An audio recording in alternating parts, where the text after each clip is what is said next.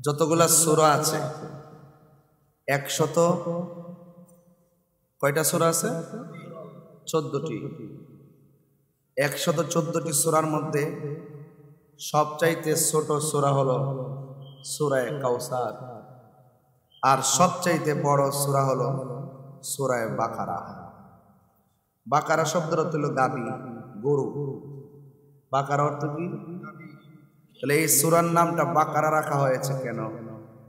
এই সূরার মধ্যে বাকারা নিয়ে উল্লেখ বর্ণনা আছে বলেই এই সূরাটির নাম বাকারা রাখা হয়েছে। এই সূরাটি এমন একটি সূরা যে সূরা অনেক লম্বা। একদম শেষ দিকের আয়াতটা কিন্তু আমি আপনাদের সামনে একদম শেষ পৃষ্ঠার আয়াত তেলাওয়াত করতেছি। ভাইয়েরা আমার, এই সূরাটি মদিনায় নাজিল হয়েছে। কোথায় নাজিল হয়েছে? তাইলে বোঝা গেল কোরআনের সূরার নাজিলের প্রেক্ষাপট দুইটা, একটা হলো মাক্কি আরেকটি হলো মাদানী। নবীজি মক্কা থাকা অবস্থায় যে সূরাগুলো নাজিল হয়েছে এই সূরাকে বলা হয় মাক্কি সূরা। যে সূরাগুলো মদিনায় থাকা অবস্থায় নাজিল হয়েছে এই সূরার নাম হলো মাদানী সূরা। পৃথিবীতে যত নবী রাসূল এসেছেন তারা আসমানি কিতাব সহিফাগুলো নিতে যাইয়া আল্লাহ পাক এক একটা জায়গার কথা ঘোষণা করছে, হ্যাঁ মূসা তুমি তুর পাহাড়ে আসো তাওরাত নেওয়ার জন্য। সুবহানাল্লাহ বলেন। এক এক নবীকে এক এক ভাবে আল্লাহ পাক এরিয়া বাইন্ধা দিচ্ছেন। আর আমার নবীর ক্ষেত্রে আল্লাহ বলছেন, জিবরাইল আমার বন্ধু নবী যেথায় তুমি কোরআন নিয়ে যাবে সেথায়। আদম সফিউল্লাহ থেকে ঈসা রুহুল্লাহ পর্যন্ত যত নবীগণ এসেছেন সব নবীদের জন্য নামাজের একটা এরিয়া ছিল। আমার নবীজি বলেন, আল্লাহ পাক আমার জন্য কোনো এরিয়া বেঁধে দেয় নাই, সারা পৃথিবীর জমিনটাকে মসজিদ বানায় দিয়েছে। সে আল্লাহ রাব্বুল আলামিন আমাদেরকে যে নির্দেশনাগুলো কোরআনে দিয়েছেন, দুইটা দিক আছে কোরআনের সূরার ভিতরে। একটা হলো যেটা কল্যাণকর সেটা গ্রহণ করতে হবে, আর যা অকল্যাণকর তা থেকে দূরে থাকতে হবে। কোরআনের যে আয়াতটুকু আমাদের সামনে, যে আয়াতটুকু আমি তেলাওয়াত করেছি, যে আয়াতটা আপনাদের সামনে উপস্থাপন করব, এই আয়াতটি হলো ওয়া ইন কুনতুম আলা সাফারি ওয়া লাম তাজিদু কাতিবান ফারিহানুম মাকবুদা। এই আয়াতের মধ্যে আল্লাহ পাক বলতেছেন, যখন তোমরা সফরে থাকবে। কিসে থাকবে? সফর অর্থ কি? ভ্রমণ নাকি? সফর অর্থ কি? ওয়াজ কিন্তু অনেক হার্ড, আপনাকে আমার সরল ভাষায় বোঝাতে হবে, কারণ এখানে সবাই তারা মুফাসসির না। যা আমি মুফাসসিরের ভাষায় বললে আপনার ওয়াজটা বুঝবেন। মুফাসসিরে এভাবে ভাষা প্রয়োগ করতে হবে যেন সাধারণ একটা জনগণ আমার ওয়াজটা বুঝে। ঠিক কিনা বলেন? আমি মুফাসসির না, আমি ছাত্র, আমি এখনো পড়ি। ওয়া ইন কুনতুম আলা সাফারি ওয়া লাম তাজিদু কাতিবান ফারিহানুম মাকবুদা। এই জায়গাতে এই ছোট্ট আয়াতের মধ্যে যেখানে আমি ওয়াকফ করেছি, এখানে তিনটা দিক আমি লক্ষ্য করেছি। আমি কিন্তু ঘরে বসে আয়াতটা দেখছি, আমি আগে পড়িও না। আসে না যে বলে আগে একবার পয়রা টেরা দেখে দেখে আমি মুখস্থ করে ওয়াজ করুন, এরকম চিন্তা ভাবনা কিন্তু আমার কাছে নাই। আমি যখন কোনো বিষয় পাই ঘরে আইসা বসে হয়তো গাড়িতে একটু দেখি, কারণ ব্যস্ত মানুষ। আজকে প্রায় 139 জনের বাড়িতে ভাত খাওয়ায় বিদায় করছি, মারা বাবা 50-60টা দাওয়াত ছিল, একটা দাওয়াত রাখছি ও আবার 26 সালে, আর বাকিগুলো রাখতাম পারছি না। আলহামদুলিল্লাহ করলাম, ভালোবাসা তো এটা কি বলে না। তো এই পুরো আয়াতের অর্ধেকটা তেলাওয়াত করলাম, অর্ধেকটা 3 ভাগের 1 ভাগ তেলাওয়াত করছি। এই 1 ভাগ তেলাওয়াতের ভিতরে আমি 3টা জিনিস পাইয়া গেছি। কয়টা জিনিস পাইলাম? ওয়া ইন কুনতুম আলা সাফারিন, যখন তোমরা সফরে থাকবে, ওয়া লাম তাজিদু কাতিবান, যদি তোমাদের কাছে কোনো লেখক না থাকে, কে না থাকে? লেখক না থাকে, ফারিহানুম মাকবুদা, তোমরা একজন আরেকজনের কাছে বন্ধক রাখবে। সুবহানাল্লাহ বলবেন না? তাইলে বোঝা যায় এই আয়াতটা ঋণ সংক্রান্ত ব্যাপার। একজন আরেকজনরে আমরা যে টাকা ধার দেই, একজন আরেকজন যে টাকা দেই, মনে করেন যে দুইজন গাড়ির মধ্যে আছি, একজন বলছে ভাই আমার কিছু টাকা দেন, আমি বললাম যে ঠিক আছে দিলাম। এখন যে সে যদি কয় টাকাটা যে দিয়েছে তার প্রমাণ কি, এই মুহূর্তে কি করতে হবে? ঠিক আছে তুমি আমার মোবাইলটা রাখো। কি রাখো? মোবাইলটা। অথবা তুমি আমার একটা সম্পদ রাখো, এর বিনিময় হইলো তুমি আমার এটা বন্ধক রেখে হইলো আমার কিছু টাকা দাও। ফাইন আমিনা বাদুকুম বাদা, যদি তোমরা একে অপরকে বিশ্বস্ত মনে করো, যদি একে অপরকে বিশ্বস্ত মনে করো। এই আয়াতের ৪র্থ নম্বর স্টেপ থেকে আমি বুঝতে পারতেছি যে ওয়াজের বিষয়টা প্রাসঙ্গিক, কারণ শুরুতেই লেখছেন ইমানের পরিচিতি। যদি কন্যা সুবহানাল্লাহ। তো মুমিন যারা, তারা বিশ্বস্ততা রক্ষা করবে। এখানে এরপরের একটু আয়াত আছে, আমি একটা বলতেছি। ফালিউআদ্দিল্লাযী ইউআদ্দিল্লাযী তুমিনা আমানাতাহু। সুবহানাল্লাহ বলবেন না? আরো বড় করে বলেন না সুবহানাল্লাহ। ওই যে যেটা বলছিলাম আমানাতাহু, এই অর্থটা গড়ে দেখে বুঝছি যে আমানত মানে হলো আপনার কাছে সম্পদ রাখছে এমন না। আমানত অর্থ এখানে হলো ঋণ। ঋণ এখানে আমানত কিসের অর্থ দিয়েছে? ঋণের অর্থ দিয়েছে। আদায় করার ক্ষেত্রে আমানতদারিতা রক্ষা করতে হবে। কেন? ওয়াল ইয়াত্তাকিল্লাহু রাব্বাহু, ইয়াত্তাকিল্লাহু রাব্বাহু, আল্লাহ রাব্বুল আলামিনকে ভয় করা। এবং আমরা আল্লাহকে ভয় করতে হবে, কারণ ভয় করা আরেকটা জিনিস এখানে ভেঙে দেই।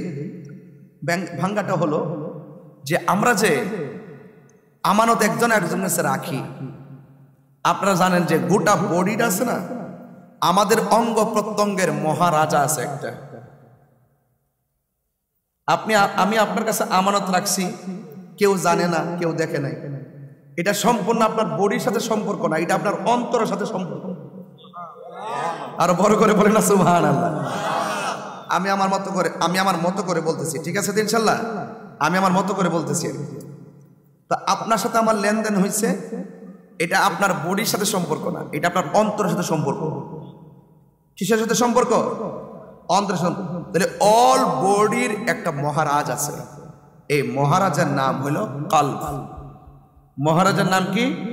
কলব। কি? কলব। বুখারী শরীফের মধ্যে একটা হাদিস, আল্লাহর হাবিব সাল্লাল্লাহু আলাইহি সাল্লাম কিছু নেওয়ার সময় তিনি এক ইহুদির কাছে, বুখারী শরীফের হাদিস, এক ইহুদির কাছে তিনি তার যুদ্ধের যে বল্লম বন্ধক দিয়ে ঋণ নিয়েছেন। নবীর কি ঋণের প্রয়োজন আছে? এটা হলো উম্মতকে শিক্ষা দিলেন, এটা উম্মতকে শিক্ষা দিলেন। আসেন আর একটু সামনে যাই, আর একটা জিনিস আমার কাছে দলিল বলি।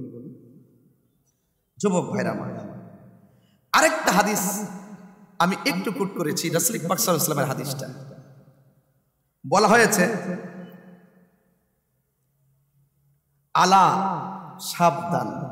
আলা অর্থ কি? সাবধান। ওয়া ইন্না ফিল জাসাদি মুদগাতান, তোমাদের শরীরের ভিতরে একটা টুকরা আছে। সুবহানাল্লাহ কে দুদিন পরে বলবেন? শরীর কাটলে কি শুধু একটা টুকরা বাড়িব?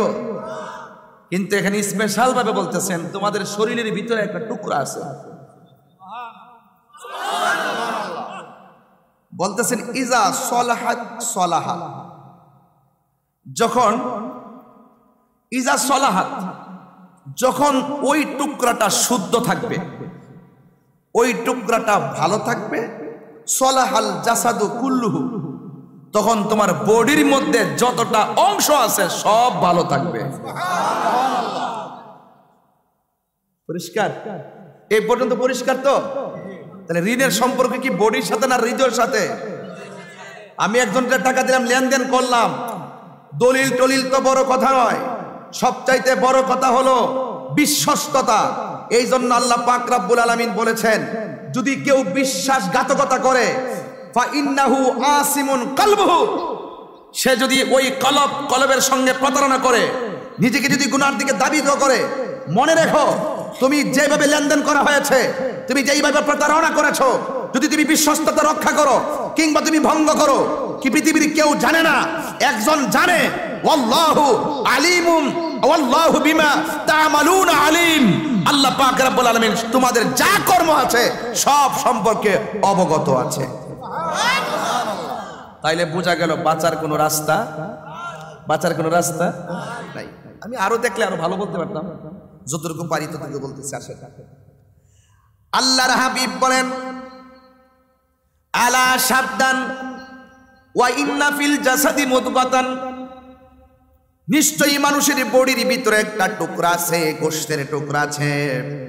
ইজা সলাহাত, যদি ওই টুকরাটা যদি শুদ্ধ থাকে, ভালো থাকে, সলাহাল জাসাদু কুল্লুহু, ওই বডির ভিতরে টুকরাটা ভালো থাকলে গোটা শরীরটা ভালো থাকে। ওয়া ইজা ফাসাদাত, আর যদি সেই টুকরাটা নষ্ট থাকে, জরাজীর্ণ থাকে, খারাপ থাকে, আল্লাহর হাবিব বলেন ফাসাদাল জাসাদু কুল্লুহু, আল্লাহর হাবিব বলেন ভিতরটা যদি খারাপ থাকে অল বডিটা খারাপ হয়ে যায়। চিৎকার মেরে কন্যা আল্লাহু আকবার। এরপর আল্লাহর হাবিব বলেন, আলা সাবধান, ওই টুকরাটা কি জানো নি? ওই টুকরাটা হলো ওয়াহিয়াল কলব, ওই টুকরাটা হলো কলব, ওই টুকরাটা হলো কলব। বান্দা যখন একটা গুনাহ করে কলবের মধ্যে একটা কালো দাগ পড়ে যায়। বান্দা যখন দুইটা দাগ গুনাহ করে ওই কলবের মধ্যে দুইটা দাগ পড়ে যায়। বান্দা যখন তিনটা গুনাহ করে ওই কলবের মধ্যে তিনটা গুনার দাগ পড়ে যায়। পৃথিবীর কোনো উপাদান দ্বারা ওই দাগ পরিষ্কার করা যায় না। ওই দাগ যদি পরিষ্কার করতে হয় একমাত্র একজনের জিকিরের মাধ্যমে সেই জায়গাটা পরিষ্কার হয়ে যায়। জবানটা খুলে বলুন তিনি কে? এই জন্য যুবক ভাইয়েরা আমার, একজন আরেকজনের কাছে আমানত দিবেন। আমাকে বলা হয়েছে মুমিনের পরিচিতি নিয়ে আলোচনা করার জন্য। যদি আপনি মুমিন হতে চান, কোরআনের ভিতরে আল্লাহ রাব্বুল আলামিন কোরআনে বলে দিয়েছেন, ইন্নামাল মুমিনুনাল্লাযীনা আমানু বিল্লাহি ওয়া রাসূলিহি। যদি আপনি মুমিন হতে চান, মুমিন কেবলমাত্র তারাই, ইন্নার পরে মা এসেছে, মুমিনদের জন্যই সীমাবদ্ধ। আর মুমিন তো তারাই হবে আল্লাযীনা যাহারা আমানু, ঈমান এনেছে, বিল্লাহি আল্লাহর উপরে, ওয়া রাসূলিহি এবং রাসূলের উপরে, সুম্মা লাম ইয়ারতাবু, এরা কখনো আল্লাহ রাব্বুল আলামিনকে কোনোদিন আল্লাহ নিয়ে কোনো কিছু নিয়ে কোনোদিন তারা সন্দেহ পোষণ করেনি। বিনা সন্দেহের অবকাশে যেই মানুষটা আল্লাহকে না দেখো বিশ্বাস করে, যেই মানুষটা না দেখো নবীর জন্য জীবনটা দিয়া দেয়, আল্লাহ রাব্বুল আলামিন বলতেন সুম্মা লাম ইয়ারতাবু, যাদের সম্পর্কে সে কোনোদিন সন্দেহ করেনি, ওয়াজাহাদু, এবং তারা জিহাদ করেছে, চেষ্টা করেছে। এই জিহাদ করাটা বিআমওয়ালিহিম, তাদের ধন সম্পত্তির মাধ্যমে, ওয়া আনফুসিহিম, এবং তাদের জান দেওয়ার মাধ্যমে। ঈমানদার হলো তারা যারা জানে এবং মালে আল্লাহর জন্য জীবন দেয়, আল্লাহর জন্যই মাল ব্যয় করে। আজকে আমি নিঃসন্দেহে বলতে পারি এই মাহফিলটা সাজাইছেন ঈমানদার হইয়া, মাহফিলটা সাজাইছেন, কথা কোন ঠিক কিনা? এই মাহফিলে এসেছেন ঈমান নিয়ে এসেছেন, কথা বলেন ঠিক কিনা বলেন? এ যুবক অনুরোধ করে বলে দিয়ে যাই, এই মাহফিলটা সাজাইছেন জানে মালে, অনেক পরিশ্রম করেছেন। ঈমানদারের সংজ্ঞা দিতে গিয়ে আমার আল্লাহ রাব্বুল আলামিন বলে দিয়েছেন, আমার আল্লাহ রাব্বুল আলামিন সূরা হুজরাতের মধ্যে আমার আল্লাহ চমৎকার ভাষায় বলে দিয়েছেন, ওই ঈমানদার হলো তারা যারা জানে এবং মাল দিয়া আল্লাহর পথে জিহাদ করে। আল্লাহ রাব্বুল আলামিন বলেন, যারা আল্লাহকে বিশ্বাস করে আর কাজে বাস্তবায়ন করে, যারা নবীকে বিশ্বাস করে আর কাজে বাস্তবায়ন করে, আল্লাহ বলেন উলাইকা হুমুস সাদিকুন।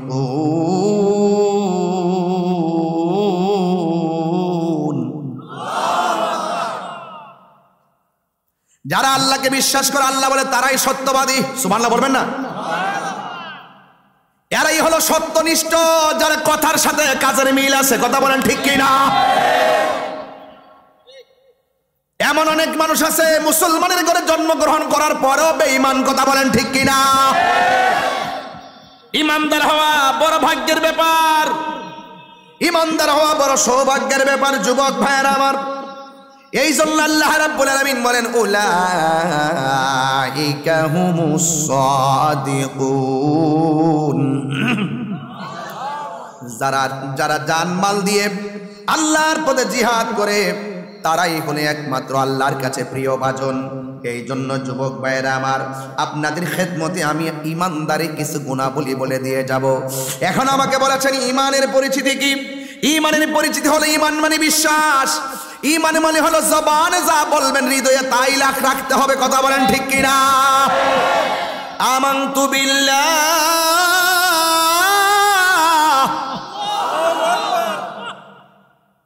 বিশ্বাস করব কাকে?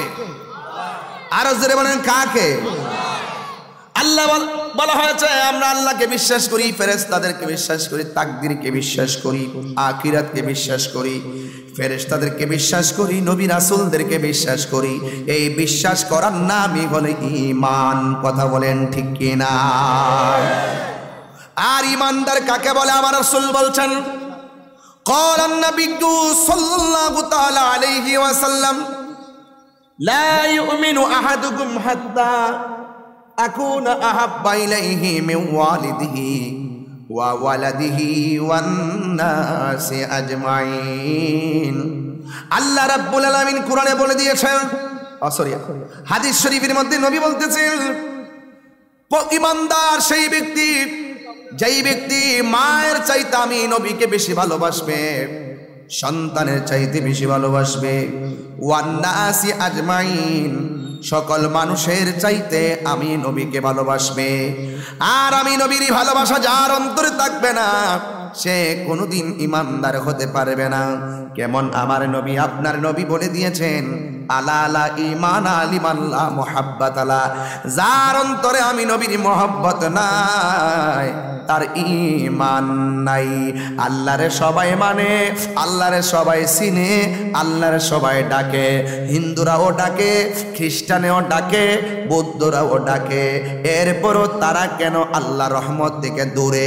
এর মাত্র একটাই কারণ, ওনারা আমার নবীজিকে শেষ নবী মানে না, ওরা আমার নবীর আদর্শ অনুযায়ী চলে না।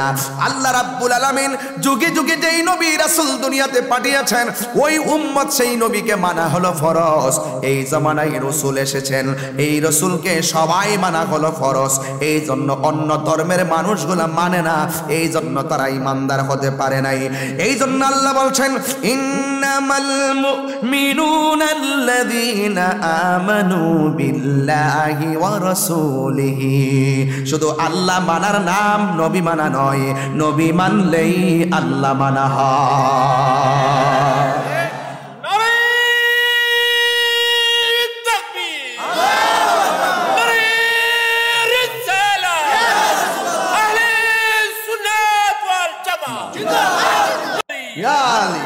আল্লাহু আকবার জোরে বলেন, আরো বড় করে বলেন আল্লাহু আকবার। আপনাদেরকে ওয়াজ বুঝতে অসুবিধা হচ্ছে? আমি আগে বলছি আমি ঠান্ডা ভাষায় কথা বলবো যেন সবাই ওয়াজটা বাড়িতে নিতে পারেন। পৃথিবী একদিকে, নবী আরেক দিকে, চয়েস করবেন কি দুনিয়া নাকি নবী? এইদিকে আওয়াজ হয় না, কাকে চয়েস করবেন? আরো জোরে। দুনিয়া কে লিয়ে আখিরাত বরবাদ না করো, दुनिया दुनिया करे आखिरत के बर्बाद करा जावे ना। किसी इंसान को खुश करने के लिए अल्लाह को नाराज ना करो। दुनियार कोनो मानुषके खुशी करते गिये अल्लाह के बेजार करा जावे ना। दुनियार कोनो मानुषके खुशी करते गिये आमार रसूलके बेजार करा जावे ना। যারা আল্লাহকে খুশি করবে, রাসূলকে খুশি করবে, উলাইকা হুমুস সাদিকুন।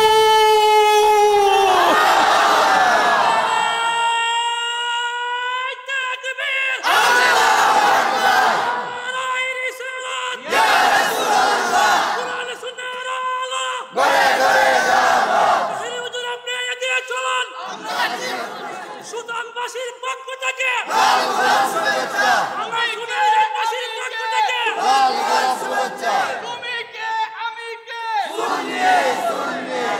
আল্লাহু আকবার বলেন না কেন?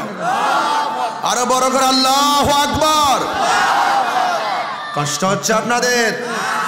দুনিয়া ছেড়ে দিব, রাসূল ছাড়তে পারবো না, জীবন দিয়ে দিব, অন্যায়ের কাছে মাথা নত করব না, প্রয়োজনে রক্ত ফেলে দিব, কিন্তু ওলি আল্লাহর বিরুদ্ধে অবস্থান করব না, কোরআনের বিরুদ্ধে কথা বলবো না, কোরআন বিদ্বেষীদেরকে ছাড় দিব না, ইসলাম বিদ্বেষীদেরকে ছাড় দিব না, নবী বিদ্বেষীদেরকে ছাড় দিব না, ওলি আল্লাহ বিদ্বেষীদেরকে ছাড় দিব না। রক্ত দিয়েছি, আরো রক্ত দিব। কথা বলেন ঠিক কিনা বলেন? তাহিরিকে হামলা মামলার ভয় দেখে লাভ নাই।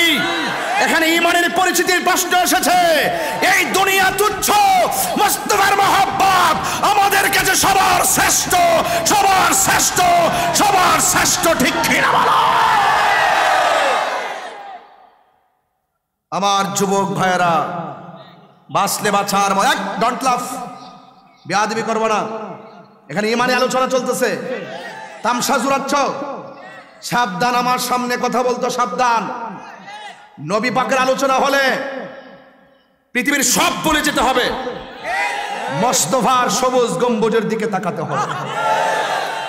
আমরা কারো লাল চক্ষুকে ভয় পাই না, কারো রাঙ্গা চোখকে ভয় পাই না, কারো রক্ত চক্ষুকে ভয় পাই না। কেন ভয় পাই না? একটাই কারণ, আমাদের চোখে আছে মদিনাওয়ালার সবুজ গম্বুজের দৃশ্য। চোখে মদিনা,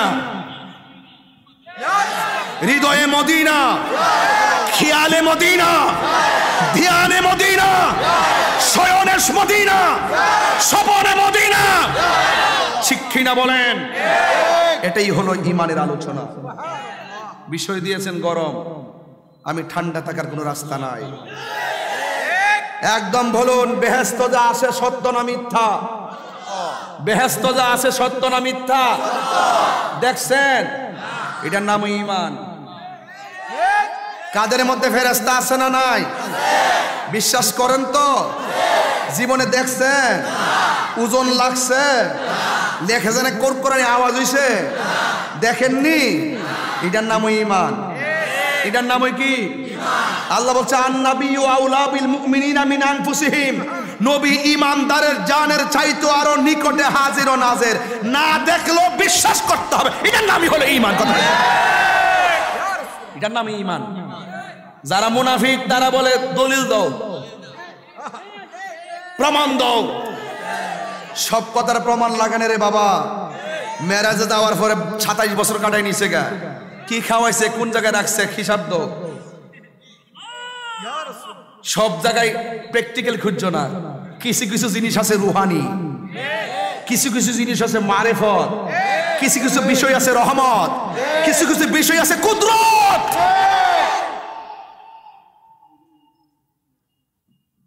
আমার আল্লাহ আবারও বলছি, শুনেন, وَجَاهَدُوا بِأَمْوَالِهِمْ وَأَنفُسِهِمْ فِي سَبِيلِ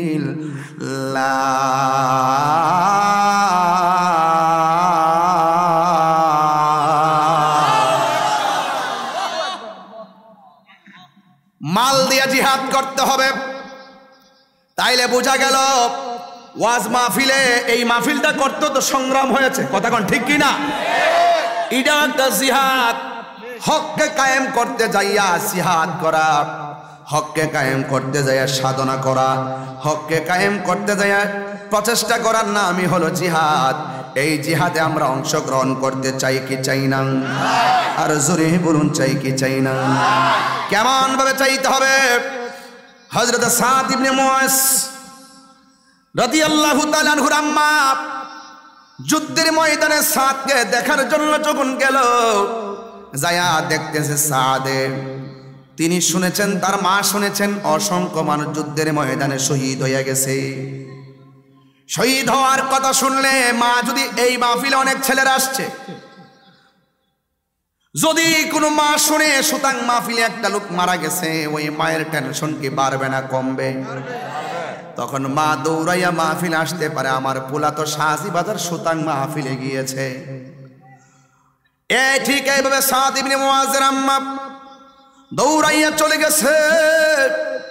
যুদ্ধের ময়দানে যাওয়ার পরে শুনেছে অনেক লোক শহীদ হইয়া গেছে, 70 জনের মতন যুদ্ধের ময়দানে শহীদ হইয়া গেছে। এবার যখন সোনা দেখার জন্য চলে গেছে, যায়া সাদের আম্মা দেখতেছে হযরতে সাদ যুদ্ধের ময়দানে শহীদ হয় নাই। হযরতে সাদ আমার নবীজি উট মুবারকের ঘোড়া মুবারকের রশি ধরে ধরে টানতেছে। আল্লাহু আকবার। এবার আমার নবী ডাক দিয়া বলে, সাদের মা। নবী অন্তরে খবর জানে কি জানে না? ও সাদের মা, যুদ্ধের ময়দানে এসেছেন, আপনি সকলকে দেখার জন্য এসেছেন, শহীদদের খবর নেওয়ার জন্য এসেছেন। আয়েশা দেখতেছেন আপনার সন্তান যুদ্ধের ময়দানে নবীর রশি মুবারকটা টানতেছে। সাদের ভাগ্য কি ভালো না খারাপ? এবার নবী ডাক দিয়ে, কি মা, আপনি যুদ্ধের ময়দান থেকে বাড়িতে যাবেন, যায়া বলবেন আজকের ময়দানে যারা শহীদ হয়েছে তারা জান্নাতের ভিতরে খেলাধুলা করতেছে। আর তাদের পরিবার পরিজনকে বলবেন আজকে যুদ্ধের ময়দানে যারা শহীদ হয়েছে ওরা শহীদদের সঙ্গে জান্নাতের মধ্যে থাকবে। শুধুমাত্র তাই নয়, আমার নবী ডাক দিয়ে শুধুমাত্র শহীদের পরিবার শহীদের সঙ্গে থাকবে না, ওই শহীদের পরিবার শহীদ, ওই শহীদগুলো হাসরের ময়দানে যাহার জন্য সুপারিশ করবে আমার আল্লাহ রাব্বুল আলামিন তার সুপারিশ কবুল করে দিবে।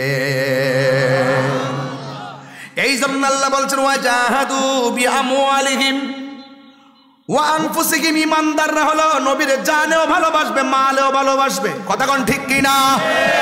হকের পথে থাকলে জীবন চলে গেলে দাম বাড়বে না কমবে। এই জন্যই তো আমার নবী আপনার নবী বলেছেন, ইয়াশফাউ ইয়াউমাল কিয়ামাতি সালাসাতুল আম্বিয়া সুম্মাল উলামা সুম্মা শুহাদা।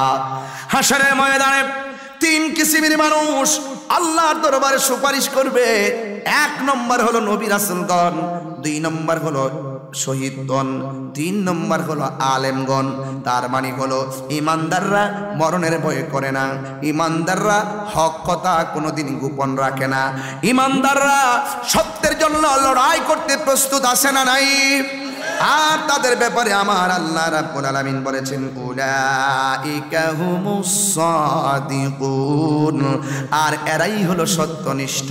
আপনারা জবান খুলে কোন সত্যবাদীদের সঙ্গে আমার আল্লাহ আছে না নাই?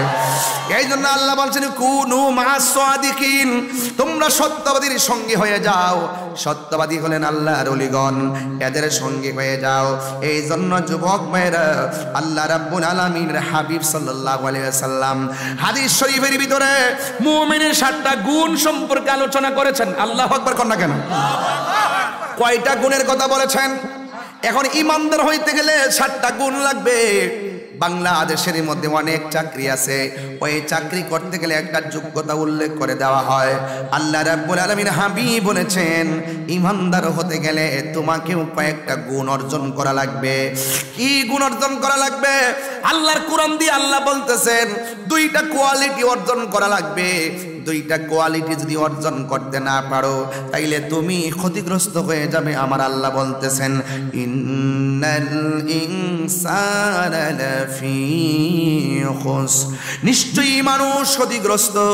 2টা কোয়ালিটি যার মধ্যে থাকবে, আল্লাহ রাব্বুল আলামিনের হাবিব আল্লাহ রাব্বুল আলামিন বলেছেন, ইল্লাল্লাযীনা আমানু ওয়া আমিলুস সালিহাতি ওয়া তাওয়াসাউ বিল হাক্কি ওয়া তাওয়াসাউ বিস সাবর। আল্লাহ রাব্বুল আলামিন বলেন 2টা কোয়ালিটি যার মধ্যে থাকবে তাদেরকে আমার আল্লাহ জান্নাতের গ্যারান্টি কার্ড দিয়েছেন, জান্নাতের ওয়ারেন্টি কার্ড দিয়েছেন। 1 নম্বর হলো ওই 1 নম্বর হলো কি জানেন? 1 নম্বর হলো ঈমান, 2 নম্বর হলো আমল। ওয়া তাওয়াসাউ বিল হাক্কি, সৎ উপদেশ প্রদান করবে। ওয়া তাওয়াসাউ বিস সাবরি, ধৈর্যের সবক দিবে।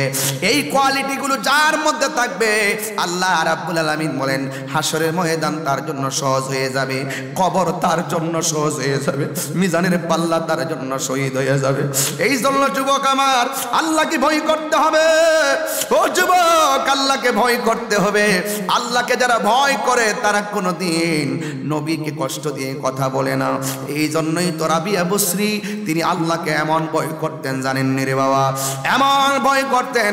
রাবিয়া বসরিকে একজন ডাক দিয়া বলে, রাবিয়া আল্লাহ রহমতের দরজায় টুকা দিতে থাকো, একদিন আমার আল্লাহ দরজা খুলবে। রাবিয়া বলে, আমি আল্লাহকে এমন ভয় করি, আমার আল্লাহকে আমি এমন ভাবে ধারণ করি, আমার দরজায় টুকা দেওয়া লাগে না।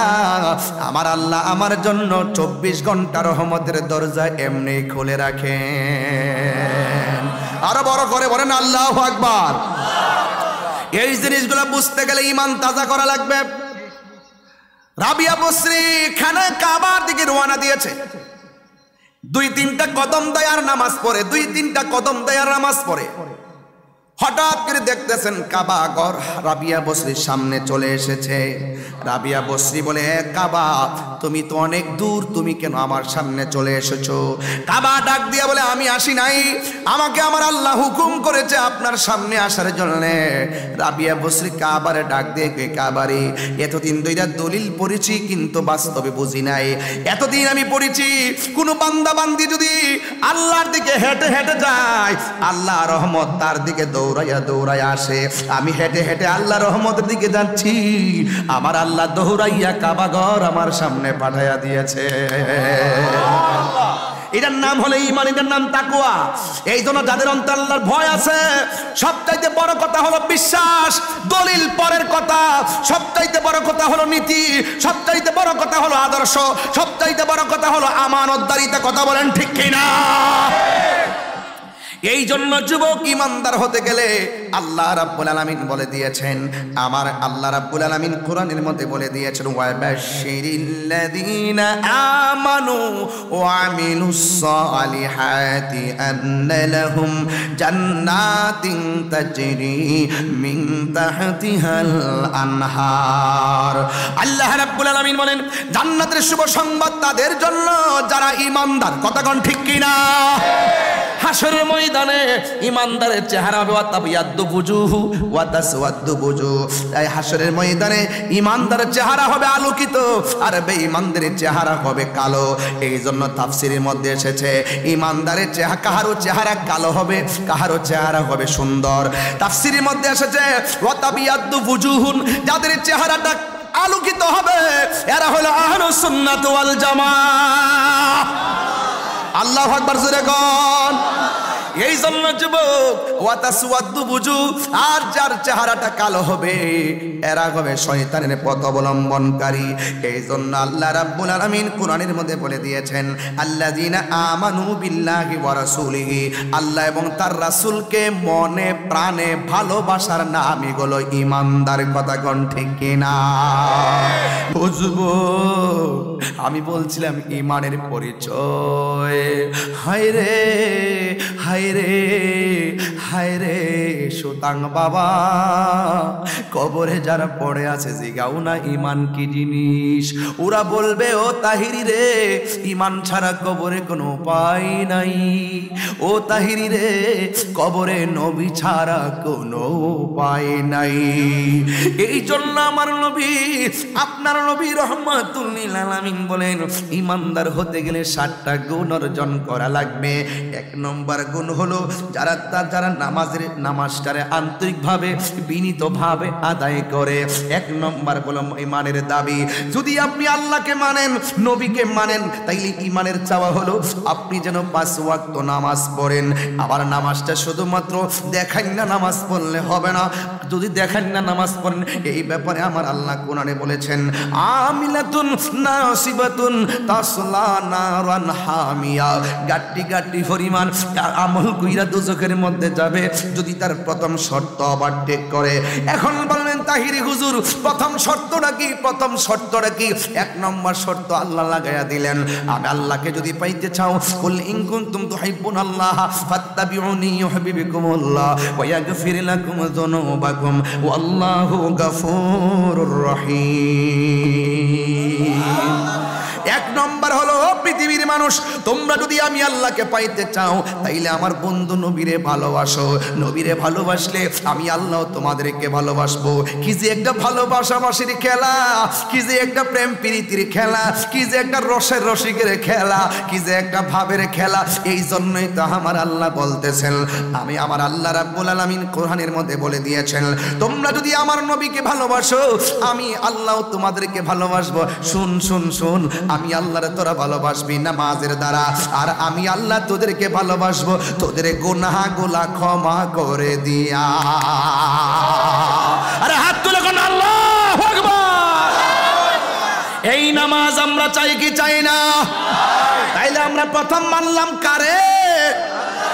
এরপরে মানলাম আমার নবীরে। এখন আপনার দায়িত্ব কি? এখন আপনার দায়িত্ব আমার আল্লাহর হাবিব বলে দিয়েছেন, ও মুমিনরা প্রথম কাজ হলো তোমরা 5 ওয়াক্ত নামাজ পড়বে। নামাজের কথা না বললেই তো নয় রে বাবা। আমার নবী বলে কেউ যদি উযু করতে যাইয়া শুধুমাত্র বিসমিল্লাহ কইয়া যদি উযুটা করে, এবার সবাই আমার সাথে পড়েন না, বিসমিল্লাহির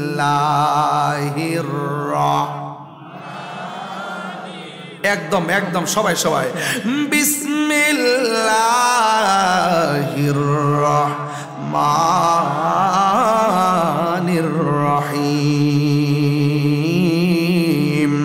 ও পৃথিবীর মানুষ, আমার নবী আপনার নবী বলে উম্মত রে, তোমরা যখন উযু করতে যাই আপনি ঘাটের মধ্যে বসো, তোমরা যখন উযু করতে যাই লুটার পানিটা ঢালো, তোমরা যখন উযু করতে যাই কূপের কাছে যাও, যাইয়া যখন শুধুমাত্র বিসমিল্লাহ বলে উযুটা শুরু করবে, এই উযুটা শুরু করার সাথে সাথে আমার আল্লাহ বিসমিল্লাহ লিখতে কয়টা অক্ষর লাগে রে বাবা? 19টা। ওই বিসমিল্লাহ লিখতে যতটা খরচ লাগে আমার আল্লাহ রাব্বুল আলামিন ওই বান্দার আমলনামাকে লেখার জন্য আমার আল্লাহ চতুর্পাশে একদল ফেরেশতা পাঠায়া দেয়। যতক্ষণ পর্যন্ত ওযু শেষ হবে না ততক্ষণ পর্যন্ত ফেরেশতারা আপনার গুনাহ মাফ চাইতে থাকে। আরো বড় করে কোন আল্লাহু আকবার।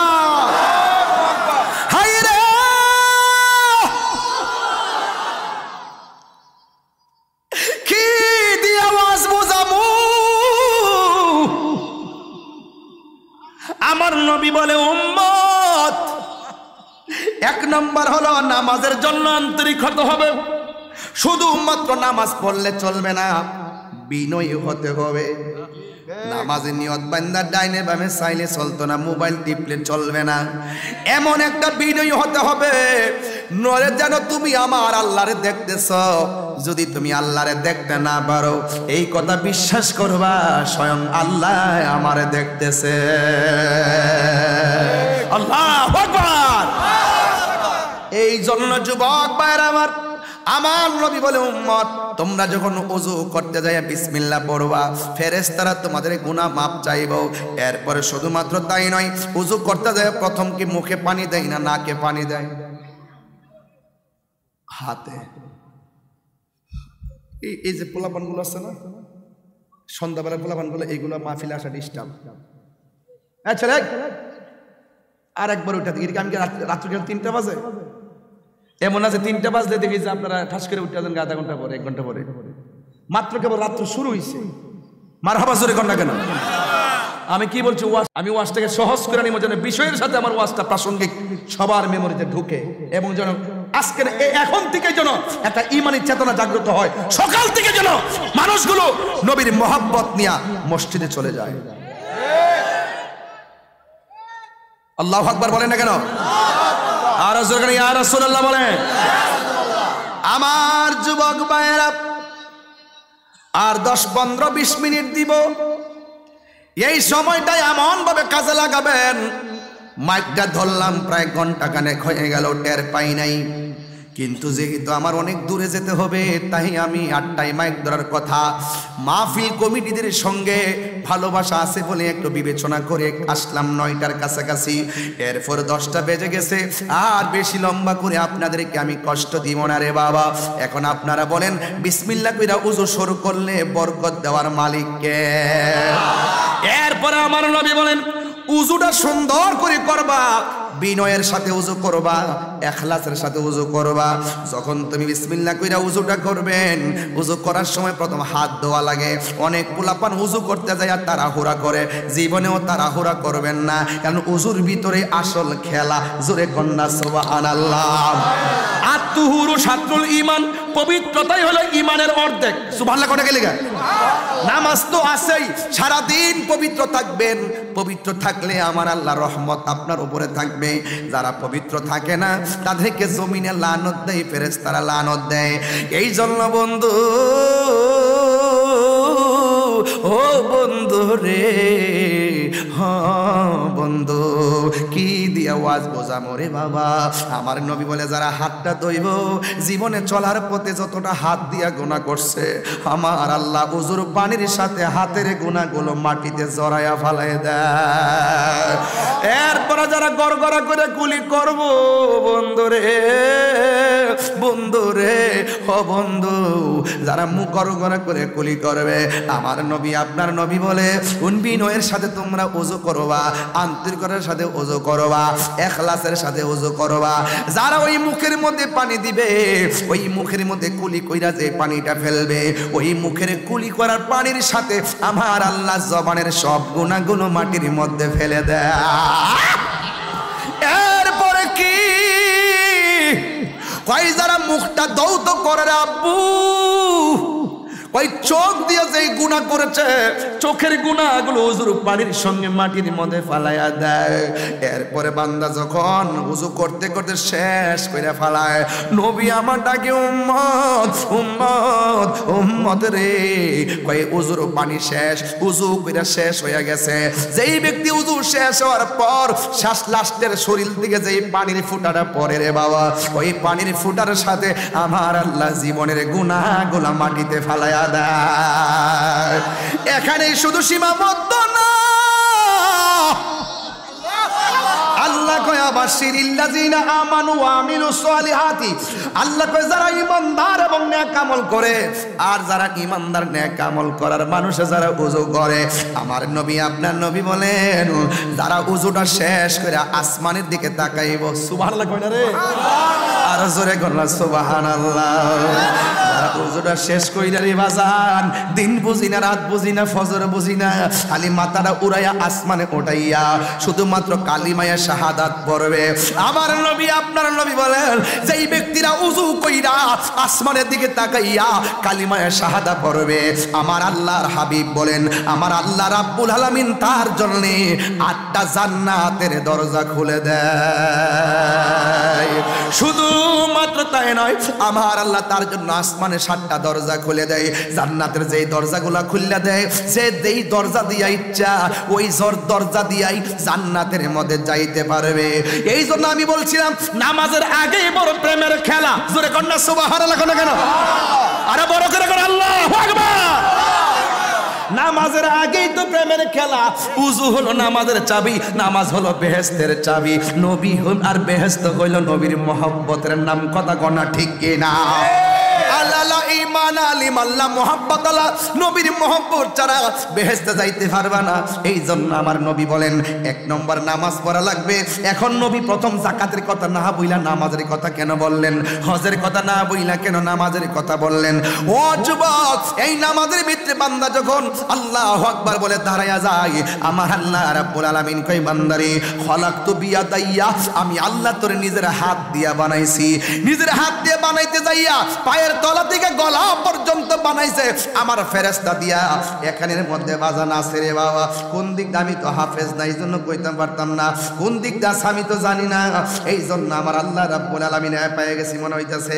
আল্লাহ রাব্বুল আলামিন ডাক দিয়া বলেন কি, আল্লাহ রাব্বুল আলামিন কই ওয়া ইয ক্বালা রাব্বুকা লিল মালাইকাতি ইন্নী জাইলুন ফিল আরদি খলিফা। আল্লাহ বলে হে স্মরণ করুন সেই সময়ের কথা যখন আল্লাহ রাব্বুল আলামিন ফেরেশতাদেরকে বলছিলেন ইন্নী জাইলুন ফিল আরদি খলিফা, আমি দুনিয়ার মধ্যে প্রতিনিধি পাঠাবো। ফেরেশতারা বলছে ক্বালু আতাজালু ফিহা মান ইউফসিদু ফিহা ওয়া ইয়াসফিকু দিমা, আপনি কি দুনিয়ার জমিনে এমন মানুষ পাঠাইবেন যারা মারামারি করব, যারা রক্তপাত করব, যারা হানাহানি করব? তখন আর ফেরেশতারা বলতেছেন ওয়া নাহনু নুসাব্বিহু বিহামদিকা ওয়া নুকাদ্দিসু লাকা, এ আল্লাহ আমরা ফেরেশতারাই তো আপনার শান গাইতেছি, আমরা ফেরেশতারাই তো আপনার গান গাইতেছি। তখন আমার আল্লাহ ডাক দিয়ে কয় ফেরেশতারা আসল খেলা তোমরা জানো না, জানে একজন, জবান খুলে বলেন তিনি কে?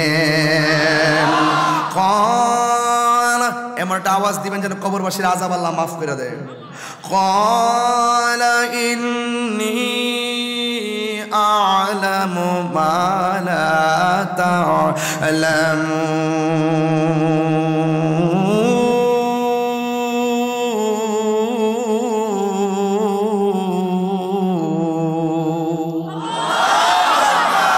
আল্লাহ বলে আমি যা জানি তোমরা তা, এই জন্য আল্লাহ কই বান্দারে ফেরেশতা দিয়া বানাইলাম গলা পর্যন্ত, আর চেহারার দিকে এই জায়গাটা আমি আল্লাহ নিজের হাত দিয়া বানাইছি, নিজের হাত দিয়া বানাইছি। আমি আল্লাহ এই গলার দিকে এই জায়গাটা বানাইয়া এখানের মধ্যে একটা জবান দিছি, যে জবান দিয়া তোরা আমি আল্লাহর জিকির করবি। এই জায়গার মধ্যে দুইটা কান দিছি, যেই কান দিয়ে আমার জিকির শুনবি। এই জায়গার মধ্যে দুইটা চোখ দিছি, দুনিয়ার সব দিকে দিকে আমি আল্লাহরে গবেষণা করবি। তোমার সৃষ্টি যদি এত সুন্দর হয়, না জানি মাওলা তুমি কত সুন্দর, তুই আমার সৃষ্টি দেখা দেখা আমি আল্লাহর গবেষণা করবি। এই জায়গার ভিতরে আমি আল্লাহ একটা কপাল দিলাম, এই কপালটারে মাটির মধ্যে লাগাইয়া তুই যখন বলবি সুবহান রাব্বিয়াল আলা, এই কথাটা বলবি, আমি আল্লাহ রাব্বুল আলামিন তোর জীবনের গুনাহগুলো মাফ করে দিব। যুবক ভাইরা, এই জন্য অনুরোধ কইরা দিয়া যায় আমার নবী মুমিনের 7টা গুণ বলছে। 1 নম্বর হলো তোমাকে 5 ওয়াক্ত নামাজ পড়তে হবে। এই নামাজটা শুধুমাত্র তাড়াহুড়া পড়লে চলবে না, এই নামাজটা আন্তরিকতার সাথে পড়া লাগবে। দেখবেন বাজারে যাই আড্ডা মারে, গড়ির কাটার দিকে তাকাই না, কিন্তু আল্লাহর ঘর মসজিদে গেলে বারবার গড়ির কাটার ফেল তাকায়। কথা কোন ঠিক? আবার দেখবেন আরেকটা সিনারি কইয়া দিয়া যায়, দেখবেন যখন বৈঠকের মধ্যে বসে একটু পরে দেখবেন ডান দিক দিয়ে গলা কাশি শুরু হয়, বাম দিক দিয়ে গলা কাশি শুরু হয়। কাশি দিয়া দিয়া ইমাম সাহেবরে মিস কল দেয়, তাড়াতাড়ি সালাম ফিরাই না কিনলে ইয়া যতই দান্দালি করো না কেন, নামাজের মধ্যে আমলে কাশির হলে নামাজ বাতিল হয়ে যায়। ইচ্ছা কইরা তুমি হাজ্জি করবা, ইচ্ছা কইরা তুমি কাশি দিবা, এটাকে বলা হয় আমলে কাশির। এইগুলা করলে নামাজ বাতিল হয়ে যায়। কথা কোনা ঠিক কিনা? এই জন্য আমার নবী সর্বপ্রথম নিয়ে আসছেন নামাজ। এই জন্য আমার আল্লাহ রাব্বুল আলামিন বলেছেন ইন্নাস সালাতা তানহা আনিল ফাহশাই ওয়াল মুনকার, নিশ্চয়ই নামাজ মানুষকে অশ্লীল এবং খারাপ কাজ থেকে বিরত রাখে। এ যুবক, পড়ার মতো যদি পড়তে না পারো, নামাজটা যদি পড়ার মতো পড়তে না পারো, এখন উচিত কথা বললে অনেকে রাগ করবেন, কইতাম রে বাবা, আর জোরে কোন কইতাম রে বাবা, কিছু কথা না কইলে আমার মুখটা চুলকাইব, কইতে হইব। দেখবেন অনেক মানুষ নামাজ পড়ে, তসবিহ দিয়া রাস্তা দিয়া জিকির করে, খবর নিয়ে দেখি তাই না সুদখোর নাম্বার 1। হাত তুলে বলো, হাত তুলে বলো, ঠিক কিনা বলো?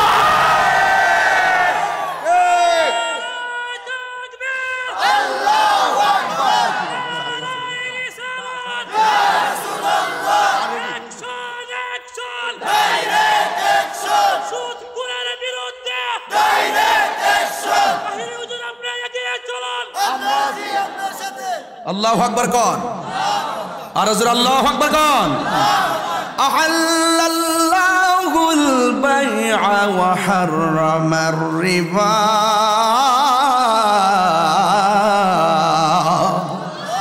আল্লাহ বলে বান্দারে,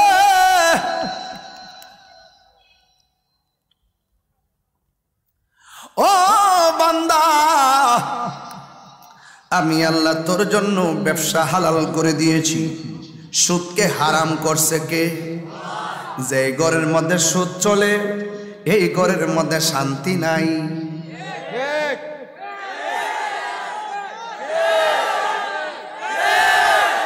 যেই ঘরে সুদ চলে সেই ঘরে শান্তি নাই। যেই গ্রামে সুদ চলে এই গ্রামে শান্তি নাই। যেই দেশে সুদ চলে ওই দেশে শান্তি নাই। তাইলে মসজিদের ইমাম সাহেব রাখতে গেলে কোনো সুদখোর ইমাম রাখা যাবে না। ওই মসজিদের সভাপতি বানাইতে গেলে সুদখোর সভাপতি বানানো যাবে না। কথা বলেন ঠিক কি না?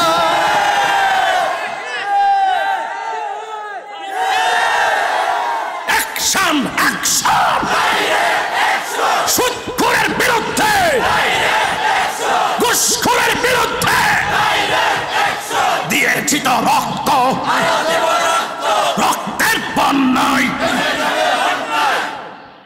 মারহাবা।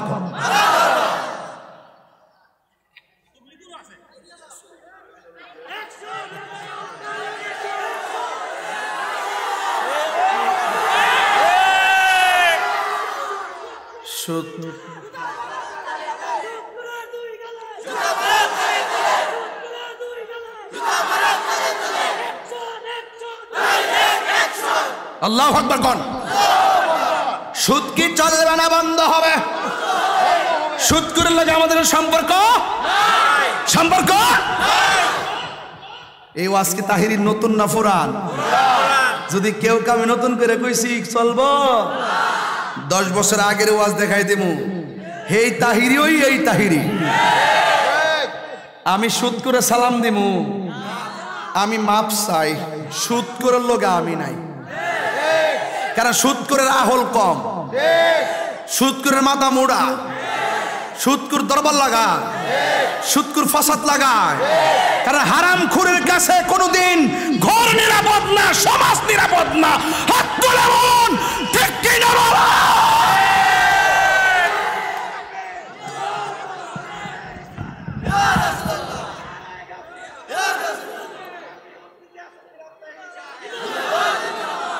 আওয়াজ করে বলেন সুদ কি চলবে? আমার পোলাপান্ডি কই? এই পোলাপান ডাক দিলে কি পাওয়া যাবে?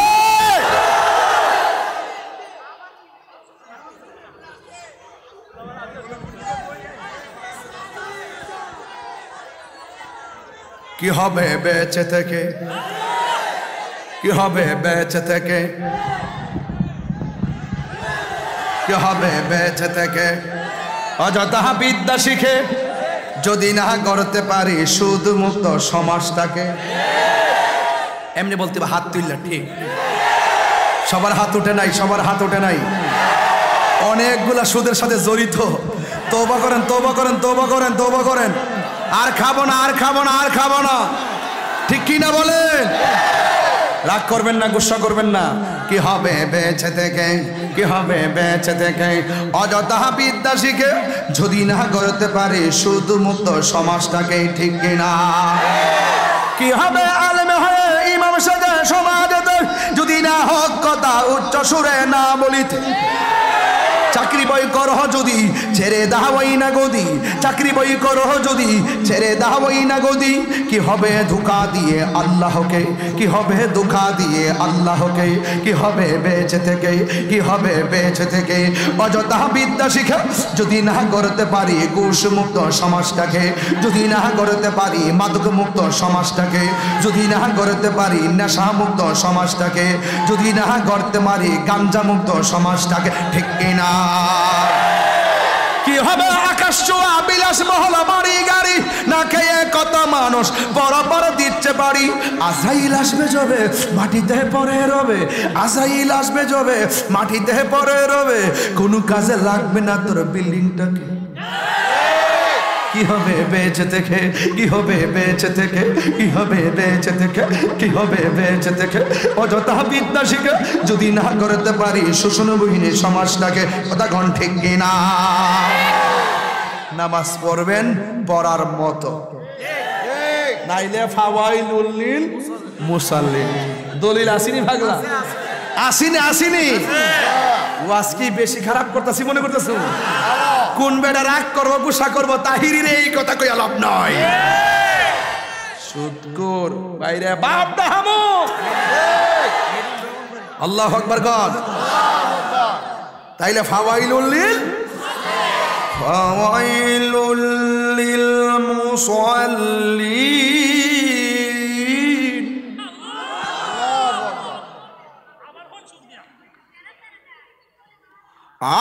আমিলাতুন নাসিবাতুন তাসলা নারান হামিয়া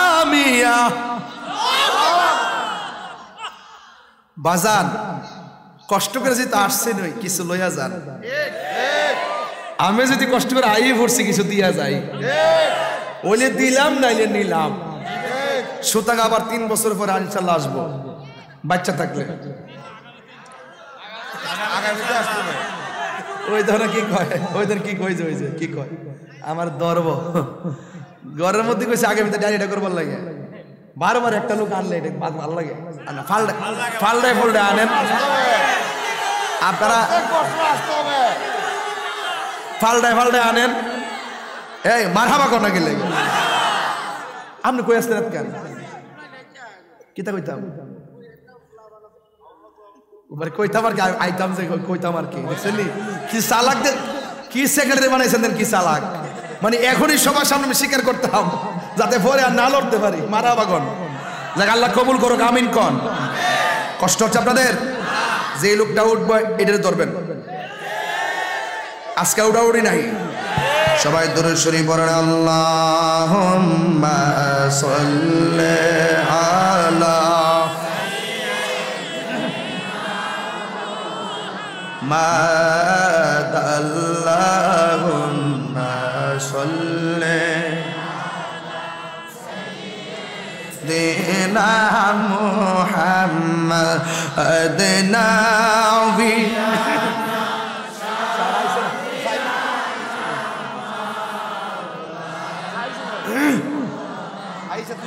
জুমার ঘর কে কাবা বানাইয়া দেহের ঘর কে মদিনা বলো জুমার ঘর কে কাবা বানাইয়া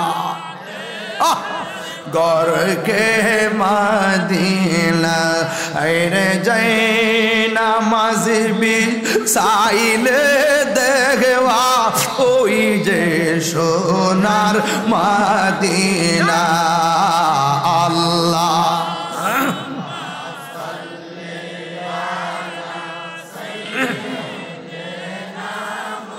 কি যে সুন্দর লাগতেছে মাশাআল্লাহ নবী খুশি আয় আল্লাহুম্মা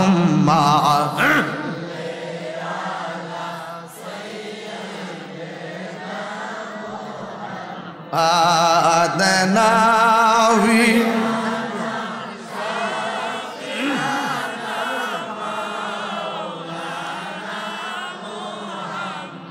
আর ময়ূরনার জয়নাল তুমি জয়নাল ময়ূরনার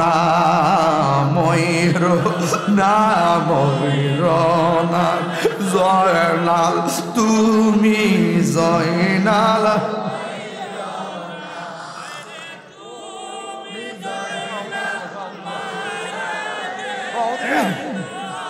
বীরে বংশ থাকবে না রে তুমি জয়নাল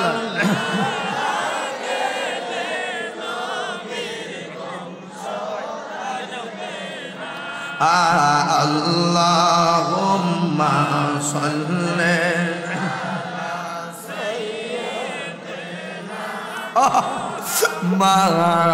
মারদেনাবি মাওলানা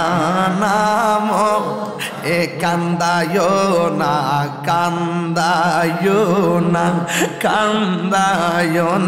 আমার নবীরে হায়রে কান্দায়ো না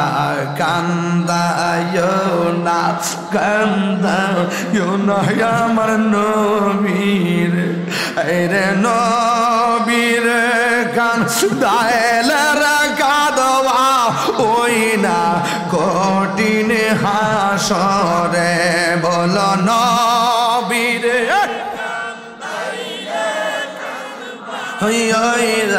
কঠিন হাসরে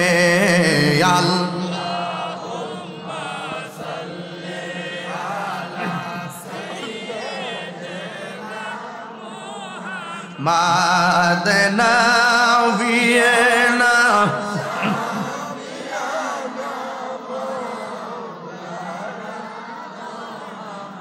একটা জবানও বন্ধ রাখবেন না মোহব্বতে মায়ার সুরে বলুন সুবহানাল্লাহ। ও বন্ধুরে ও বন্ধুরে আমার কি দিয়া ওয়াজ বোঝাইতাম রে বাবা।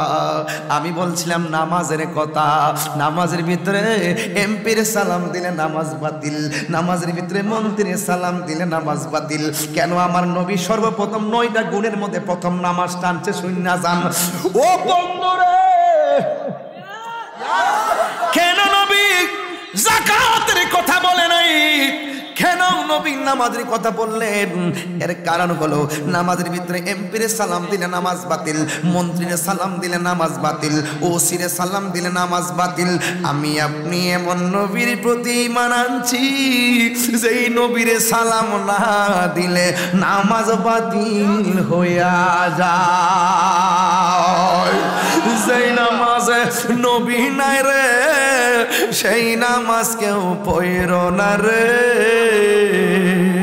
আমার দেশে কিছু জাহেলে মুরাক্কাব নায়েবে শয়তান আছে, তারা কয় নামাজের ভিতরে নবীজিরে খেয়াল করা মানে গরু গাদার প্রতি খেয়াল করার মতন। জোরে কর নাউজুবিল্লাহ। আর আমরা সুন্নিরা বলি আমরা নবীরে নামাজের ভিতরে আসসালামু আলাইকা আইয়ুহান নাবিয়্যু সালাম যখন দেই তখন আমরা বিশ্বাস করি আমার নবী হাজির ও নাজির। জোরে কর ঠিক কিনা? এখানেই হলো পার্থক্য রে বাবা। আসসালামু আলাইকা আইয়ুহান নাবিয়্যু ওয়া রাহমাতুল্লাহি ওয়া বারাকাতুহু। আসসালামু আলাইনা ওয়া আলা ইবাদিল্লাহিস সালিহিন। ও বন্ধুরি, নামাজের ভিতরে দুনিয়ার মানুষকে সালাম দিলে নামাজ বাতিল হয়, কিন্তু আমার নবীরে সালাম না দিলে নামাজ বাতিল হইয়া যায়। এর দ্বারা প্রমাণ হইয়া যায় আমার নবী পৃথিবীর কারো মতো না। শুধুমাত্র তাই নয়, আমার আল্লাহ রাব্বুল আলামিন এর হাবিব বলতেছেন 5 ওয়াক্ত নামাজ পড়লে মানুষ সাধারণ বান্দা থেকে খাঁটি বান্দা হয়। 5 ওয়াক্ত নামাজের পরে যখন ওভার টাইম লাগাইয়া দিব, সৌদি আরবে গেলে বেতন 70,000, ওভার টাইম 30,000, মোট কত? মোট কত? তাইলে ওভার টাইমে কত পায়? 30,000 পায়। আল্লাহ কম বলছে লাগাইছে 5 ওয়াক্ত নামাজ, এর বাইরে আবার এক্সট্রা লাগাইছে নফল। ওই নফল হলো একটা নাম তাহাজ্জুদ, একটা নাম হলো এই নফল অতিরিক্ত আছে সুন্নত হিসাবে নফল আছে, তাহাজ্জুদের নামাজ আছে, ওয়াবিনের নামাজ আছে, ইশরাকের নামাজ আছে, তাশতাশের নামাজ আছে, তাহাজ্জুদের নামাজ আছে, নফল নামাজ আছে, কদরের নামাজ আছে, বরাতের নামাজ আছে, মেরাজের নামাজ আছে, সালাতুত তাসবিহ নামাজ আছে। সব নামাজ 5 ওয়াক্ত নামাজের বাইরে মন চাইলে পড়বেন, না পড়লে ছাড়বেন। কিন্তু আমার নবী বলে 5 ওয়াক্ত নামাজ, 1 নম্বর হলো ফজর, 2 নম্বর জোহর, 3 নম্বর আসর, 4 নম্বর মাগরিব, 5 নম্বর এশা। এই 5 ওয়াক্ত নামাজটা হলো ফরজ। আল্লাহ বলছে আকিমুস সালাত, নামাজ কায়েম করো। শুধুমাত্র নিজে ঘুম থেকে উঠে মসজিদে গেলে চলবো না, জিংলা দিয়া ফুত্তারে বাড়ি দিয়া মসজিদে লইয়া যাওয়ার নাম হলো কিয়াম কায়েম। শুধুমাত্র জামাই মিয়া মসজিদে নামাজ পড়লে চলবে না। বউর মাথার মধ্যে একটা হাত দিয়া কইবা বউ গো নামাজটা পড়ো, এটার নাম হলো কায়েম। শুধুমাত্র নিজে পড়লে চলবে না, ঘরের মানুষকে পড়াইতে হবে। এই জন্য যুবক আমার নবী আপনার নবী বলে দিয়েছেন এই 5 ওয়াক্ত নামাজটা হলো ফরজ। এরপরে যে ওভার টাইম গুলো আছে ফরজ নামাজের পাশাপাশি যারা বেশি বেশি নফল ইবাদত করে আমার আল্লাহ রাব্বুল আলামিন তারে আর বান্দা রাখে না, আমার আল্লাহ তারে বন্ধু বানায় আনে। জোরে জোরে করুন আল্লাহু আকবার। এই জন্য আমরা আল্লাহর বন্ধু হতে চাই কি চাই না রে বাবা? আর জবান খুলে কোন চাই কি চাই না? এই জন্য আমার নবী আপনার নবী দুই নামাজের কথা প্রথম বললেন। শুধুমাত্র নামাজ পড়লে চলবে না, নারে তাকবীর, নারে রিসালাত। আল্লামা আব্দুর রহমান রিজভী হুজুরের আগমন, আরো জোরে করে রিজভী সাহেবের আগমন। একটা জবানও বন্ধ রাখবেন না, মহব্বতে মায়ার সুরে বলুন সুবহানাল্লাহ। আর আর মায়ার সুরে কন্যা আল্লাহু আকবার। ইমানদার আরেকটা গুণ হলো, 2 নম্বর গুণ হলো যারা অহেতুক কথাবার্তা বলা থেকে বিরত থাকে। রাস্তাঘাটে চলবেন, অযথা কথা বলবেন না। ঘরের মধ্যে চলাফেরা করবেন, অযথা কথা বলবেন না। বন্ধু বান্ধবের সঙ্গে চলাফেরা করবেন, অযথা কথা বলবেন না। কারণ অযথা কথার দ্বারা ঈমান ধ্বংস হয়ে যায়, অযথা কথার দ্বারা ঈমান নুকসান হয়ে যায়। এই জন্য আমার নবী বলছে অযথা কথা বলা যাবে না। 3 নম্বর বলছে যারা যাকাত আদায় করে, ঈমানদার যারা, তারা যাকাত আদায় করবে। যাকাত শব্দের অর্থ বৃদ্ধি করা, পবিত্র করা। যাকাত দিলে সম্পদ কমে না। আপনি মনে করবেন না যাকাত দিলে বুঝি আপনি গরিবের প্রতি দয়া করলেন। না না না, যাকাতের টাকার উপরে গরিবের অধিকার রয়েছে। আল্লাহর হাবিব বলে হাসরের ময়দানে যারা যাকাত দেয় না, এই যাকাতের টাকাগুলোরে আমার আল্লাহ সর্পে পরিণত করবে। এই সর্পগুলা পেটের ভিতরে যাইয়া ঢুকবো। আমার নবী, আপনার নবী বলে গো, ওই হাসরের ময়দানে অনেকগুলা মানুষ, অনেকগুলা সর্প কিছু কিছু মানুষকে দৌড়ান। এক কথা বলে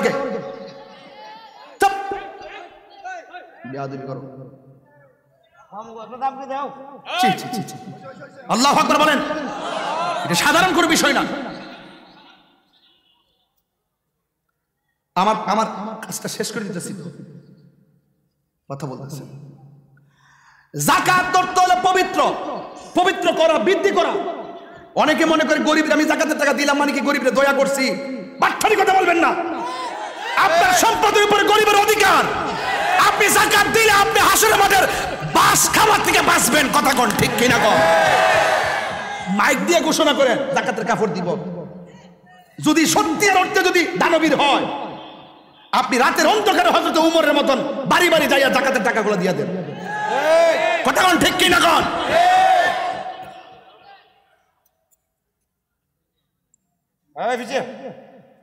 গভীর মনোযোগ, কথা বলবেন না রে বন্ধু। নবী আমার ডাক দিয়ে বলে হাসরের ময়দান সেদিন কায়েম হবে, যেই দিন কেউ কাউকে চিনবে না। দুনিয়ার সম্পদ তার কোনো কাজে আসবে না। যারা যাকাত দেয় না, ওই যাকাতের টাকাগুলা সর্পে হইবে, পালে পালে পালে পালে ঝাঁকে ঝাঁকে ঝাঁকে ঝাঁকে সাপ হবে। এমন ভাবে একটা দৌড়ানি দিবে, দৌড়ানি দিয়ে নিয়ে এক জায়গায় ঠেকাবে। এবার সাপগুলা বলবে তোমার হাতটা বাড়ায়া দাও, হাতটা বাড়ায়া দিবে। সাপগুলা হাত দিয়ে উইটা কয় মুখটারে হা কর, মুখটারে হা করবে। ওইভাবে মুখ দিয়ে ডুইকা সাপগুলা পেটের ভিতরে যাইয়া, হাদিস শরীফের মধ্যে ভাষা হলো কালবুয়ুতিন, পেটটা ঘরের মতো হয়ে যাবে।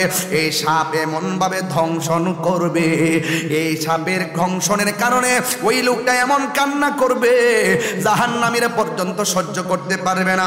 এই জন্য যুবক ভাইয়েরা আমার, যাকাত কোনো করোনা বা দয়া নয়। যাকাত হলো গরিবের প্রতি তোমার একটা, গরিব তোমার সম্পদের উপর একটা অধিকার। এই জন্য হাসরের ময়দানে আমার নবী বলেন যারা যাকাত দিবে না, আমি নবী তাদের এদিকে ফিরেও তাকাবো না। এই জন্য যাকাত দিবেন।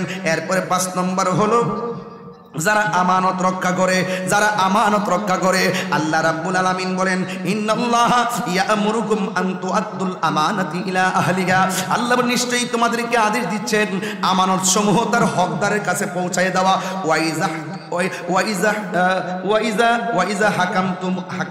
ওয়াইজা হাকামতুম বাইনান নাসি আন তাহকুমু বিল আদলি। আল্লাহ রাব্বুল আলামিন বলেন যারা আর যখন মানুষের মধ্যে ফয়সালা করবে, ন্যায় ভিত্তিক ফয়সালা করবে, ন্যায় ভিত্তিক ফয়সালা করবে। কোনো মানুষের প্রতি জুলুম করা যাবে না। আমানত থাকলে তার সম্পূর্ণ পরিবারের কাছে ফেরত দিতে হবে। কারণ মুনাফিকের আলামত হলো 3টা। 1 নম্বর সে কথা বললে মিথ্যা বলবে, 2 নম্বরে তার কাছে আমানত রাখলে খেয়ানত করবে। এই জন্য ইন্নাল্লাহা ইয়া'মুরুকুম, নিশ্চয়ই আল্লাহ রাব্বুল আলামিন তোমাদেরকে আদেশ দিচ্ছেন আনতু আদ্দুল আমানাতে, আমানতটা আদায় করে দেওয়া ইলা আহলিহা, পরিবারের কাছে। ও বন্ধুরে, শুধুমাত্র তাই নয়, আল্লাহ রাব্বুল আলামিন বলে দিয়েছেন, রাসূল পাক সাল্লাল্লাহু আলাইহি ওয়াসাল্লাম বলছেন আমানতদারিতা রক্ষা করবে। এরপর আরেকটা বলছে তোমরা ওয়াদা রক্ষা করবে।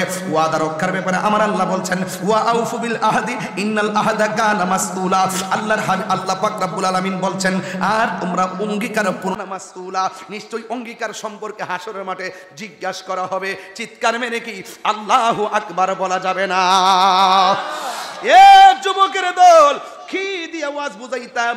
তারপরে আমার আল্লাহ বলছেন যারা নিজেদের নামাজের ব্যাপারে সম্পূর্ণ পরিপূর্ণ রক্ষণাবেক্ষণ করে, আমি দাঁড়ায় নামাজ পড়ছি, আমার নামাজের হালত আমারই ঠিক করতে হবে, আমার নামাজের খুশু আমাকে ঠিক করতে হবে, আমার নামাজের খুশু আমাকে ঠিক করতে হবে, আমি শয়তানের সঙ্গে জিহাদ করতে হবে, আমি আল্লাহর দিকে ধাবিত হতে হবে। আমার নবী বলেন যারা জিহাদ করে নামাজে দাঁড়ায় যাওয়ার পরও এরপরও পারে না, আমার আল্লাহর হাবিব বলেন আমার আল্লাহ তাকে জিহাদের কারণে, আমার আল্লাহ রাব্বুল আলামিন সবচাইতে, নবীজি বলেছেন সবচাইতে বড় জিহাদ হলো নিজের নফসের সঙ্গে জিহাদ করা। নিজের সঙ্গে জিহাদ করার পরও শয়তান তাকে ধোঁকা দিতেছে, এরপরও সে নামাজ ছাড়ে নাই। আল্লাহর হাবিব বলে নামাজের ভিতরে জিহাদ করার পরও যদি শয়তান তারে ধোঁকা দেয়, আমার আল্লাহ রাব্বুল আলামিন ওই ধোঁকার কারণেও ইমানদারের নামাজ বাতিল করে না। জোরে কোন সুবহানাল্লাহ, আর চিৎকার মেরে কোন আল্লাহু আকবার। তোমার দেশে যায় কত আশিকান, এই ধুম পড়ে আছে বাংলায় তান, যেতে পারলাম না আমি দেশেতে তোমার, ডেকে নাও রওজা তোমার রাসূলুল্লাহ, কি উপায় হবে আমার।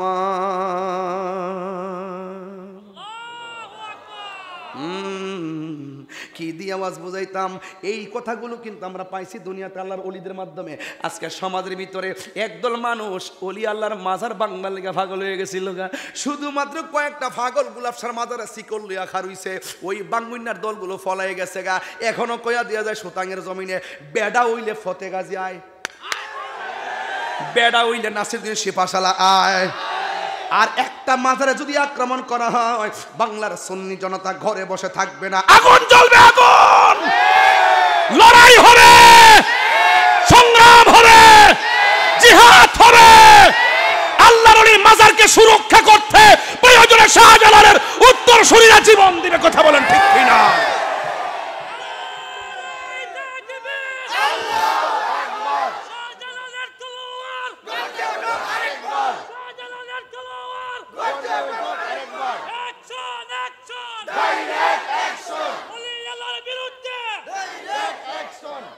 কি তাকস?